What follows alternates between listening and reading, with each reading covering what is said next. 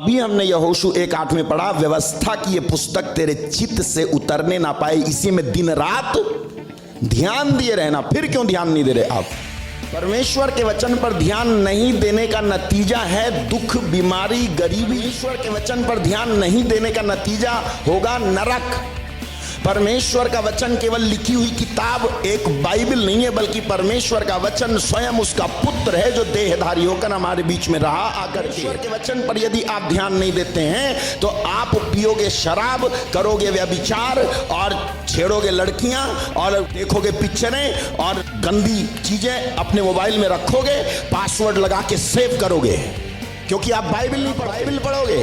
आप कहते जरूर हो कि हमको बाइबल पर विश्वास है, हमें वचन पर विश्वास है, लेकिन अगर सच में विश्वास है तो विश्वास ऐसे नहीं होता है कि मैं कहूं कि मुझे विश्वास है, बल्कि मैं करके भी दिखाऊं कि मुझे विश्वास है, मैं कर्मों में भी करके दिखाऊं कि मुझे विश्वास है, मैं छोड़ के दिखाऊं कि मुझे विश्वास है, मैं जी के दिखाऊं वचन को कि मुझे विश्वास है। क्योंकि यीशु मसीह ने कहा, प्रभु प्रभु कहने वाले सब के सब स्वर्ग में प्रवेश नहीं करेंगे, बल्कि जो मेरे पिता की इच्छा पर चलता है वही स्वर्ग में प्रवेश करेगा। तो ऐसे कहने से विश्वास नहीं होता है। बताओ मुझे, मूसा और नबियों की पुस्तकों को क्या कहा जाता है आज के इस जमाने में?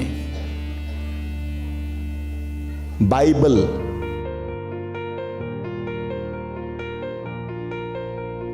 तो जब इब्राहिम ने कहा कि वे मूसा और नबियों की सुने, तब इब्राहिम डायरेक्टली क्या कहना चाह रहे थे?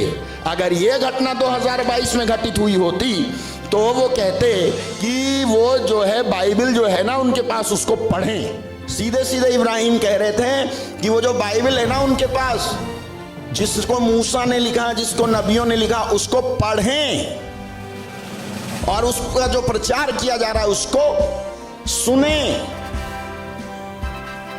तब क्या बोला वो आदमी जो नरक में, वो क्या बोला? वो कहां सुनते हैं? मैं एक और चीज जोड़ता हूं, क्योंकि ये भी नहीं सुनता था।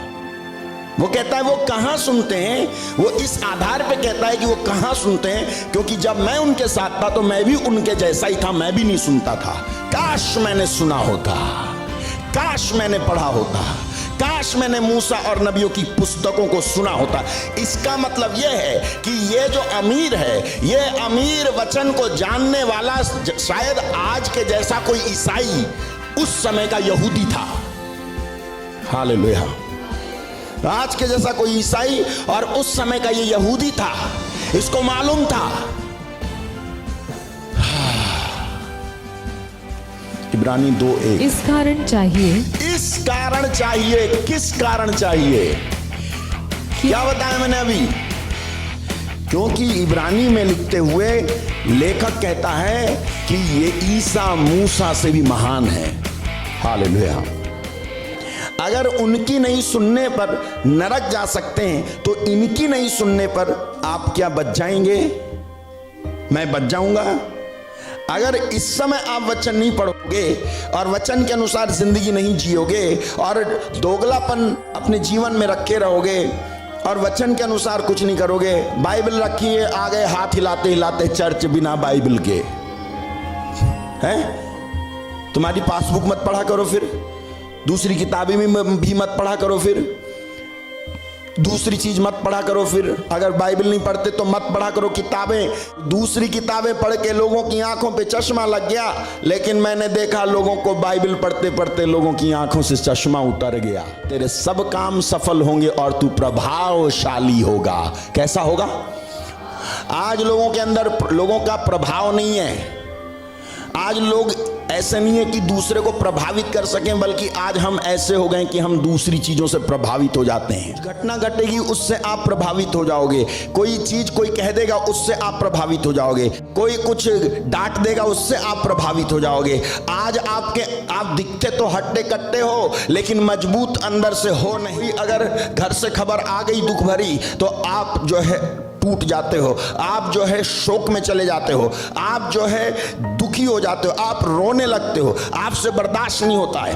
आपके जीवन में जब कोई ट्रेजेडी होती है, आपके जीवन में जब कोई समस्या आती है, जब कर्जे से निकलने की कोशिश करने के बाद भी आप निकल नहीं पाते, जब मुकदमे से आप निकल नहीं पाते, जब अपनी जॉब में आप सेटिस्फाई नहीं हो पाते, जब तुमको संतानें नहीं होती हैं, जब तुम्हारे घर में कोई मारने या मरने पर उतर आता है, जब कोई मर ही जाता है, जब कोई तलाक वाली दशा हो जाती है, जब कोई एक्सीडेंट हो जाता है, आप टूट जाते हो, आपके ऊपर दूसरी बातों का प्रभाव पड़ता है, लेकिन आप किसी चीज को प्रभावित नहीं कर सकते। आप बीमार हो जाते हो तो ठीक नहीं हो पाते हो, डॉक्टर छोड़ देता है और बोल देता है कि तेरे को कैंसर है, तेरे को गठिया है, तेरे को आर्थराइटिस है, तेरे को ब्रेन ट्यूमर है, तेरे को फेफड़े में समस्या, तेरा डायलिसिस होगा। आप शोक में डूब जाते हो, आप प्रभावित हो जाते हो।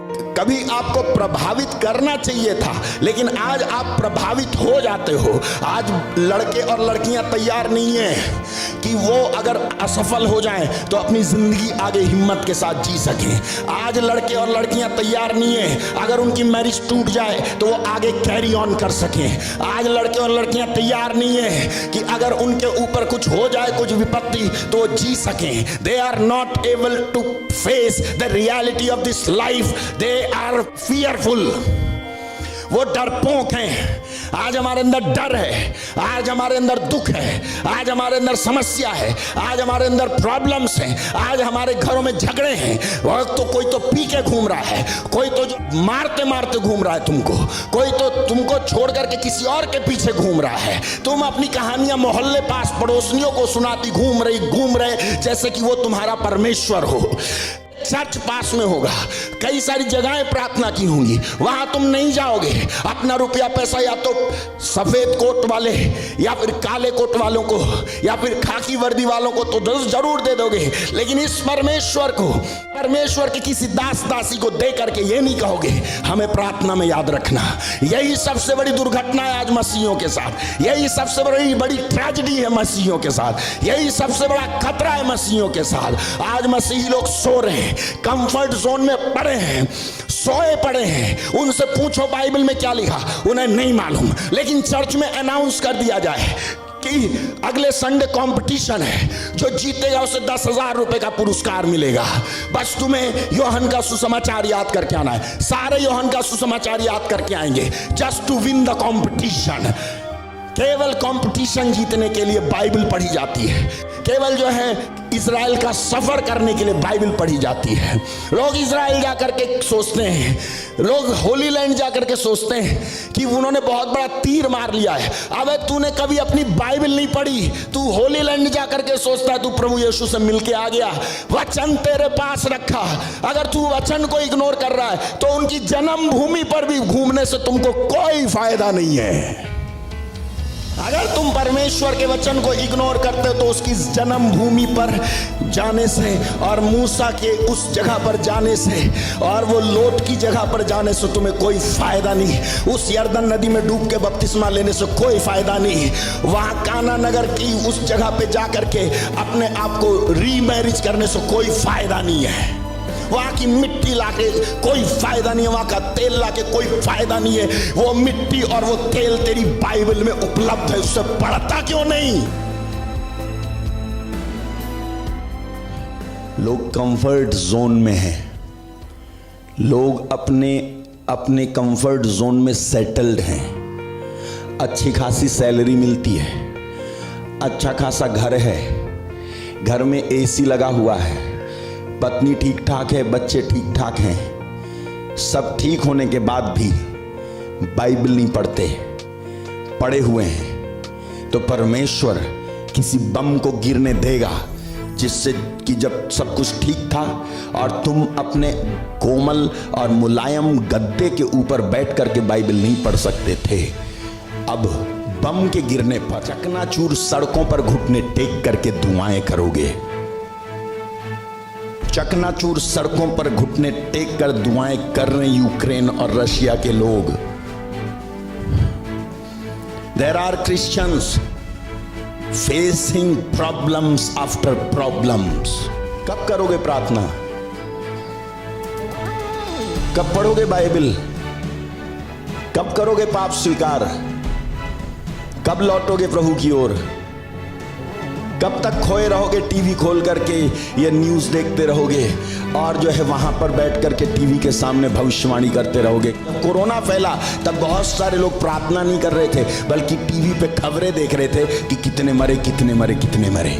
प्रार्थना नहीं कर रहे थे लोग। शेम ऑन सच, शर्म आती है ऐसे लोगों पर जो प्रार्थना करने वाले लोग हैं और जिनको बचा करके परमेश्वर ने रखा। आपको मालूम लूका 13:1 से लेकर के 5 तक क्या लिखा हुआ है? गलीली, उनको पिलातुस ने मरवा करके उनका खून अपने ही पशुओं के खून में मिलवा दिया। अब ये लोग जो कुछ न्यूज गैदर होते हैं, न्यूज इकट्ठी करने वाले लोग आज भी हैं, यदि तुम पश्चाताप ना करो, मन ना फिराओ तो तुम सब भी इसी तरह नाश होगे। तो तुम सब भी इसी तरह नाश हो जाओगे। अगर तुम मन ना फिराओ तो इसी तरह नाश हो जाओगे। अगर तुम पश्चाताप नहीं करोगे तो इसी तरह मर जाओगे। तुमको चेतावनी देने के लिए कहीं पर तो कोई मर गया, कहीं पर तो कोई लड़ाई हुई, कहीं पर तो गले कट गए किसी किसी के, कहीं पर तो किसी किसी औरतों के स्तन काट दिए गए। याद है आपको?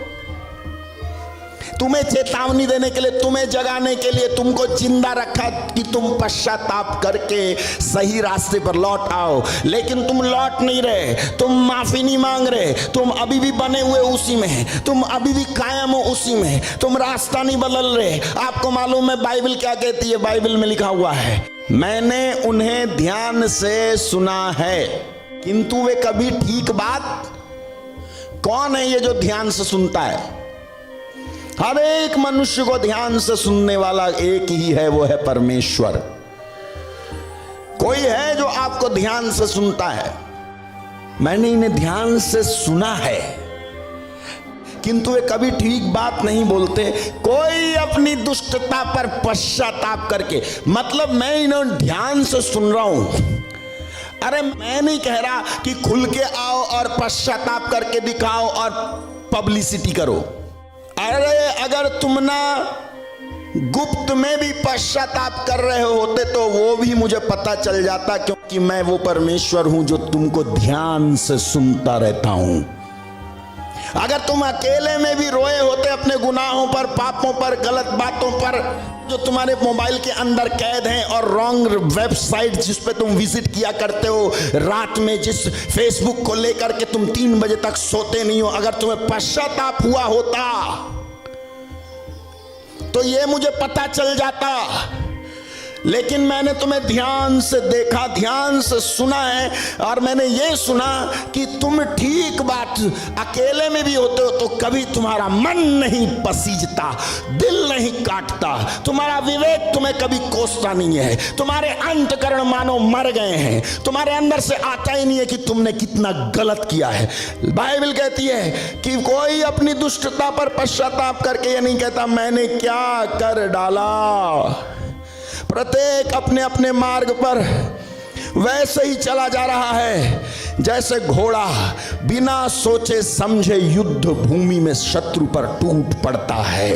ऐसे ही इंसान घोड़े के समान भागा जा रहा है, सोच समझ नहीं रहा, भाग रहा है, सोच समझ नहीं रहा, भाग रहा है, सोच समझ नहीं रहा है, जा रहा है और चुन रहा है, सोच समझ नहीं रहा शादी करूंगा तो इसी से, सोच समझ नहीं रहा घर बनाऊंगा तो इसी जमीन पर, सोच समझ नहीं रहा है बहुत कुछ, लेकिन ये वाला पोर्शन भी चाहिए, ये वाला हिस्सा भी चाहिए, ये वाला फ्रिज भी चाहिए, ये वाला घर भी चाहिए, ये वाला खेत भी मुझे चाहिए, ये वाली कार भी मुझे चाहिए, ये वाली मोटरसाइकिल भी मुझे चाहिए, इसी लड़की से करूंगा, इतना दहेज चाहिए, सोच नहीं रहा। मैंने ध्यान से सुना, एक कभी पश्चाताप नहीं करते, कभी पश्चाताप नहीं करते, कभी पश्चाताप नहीं करते।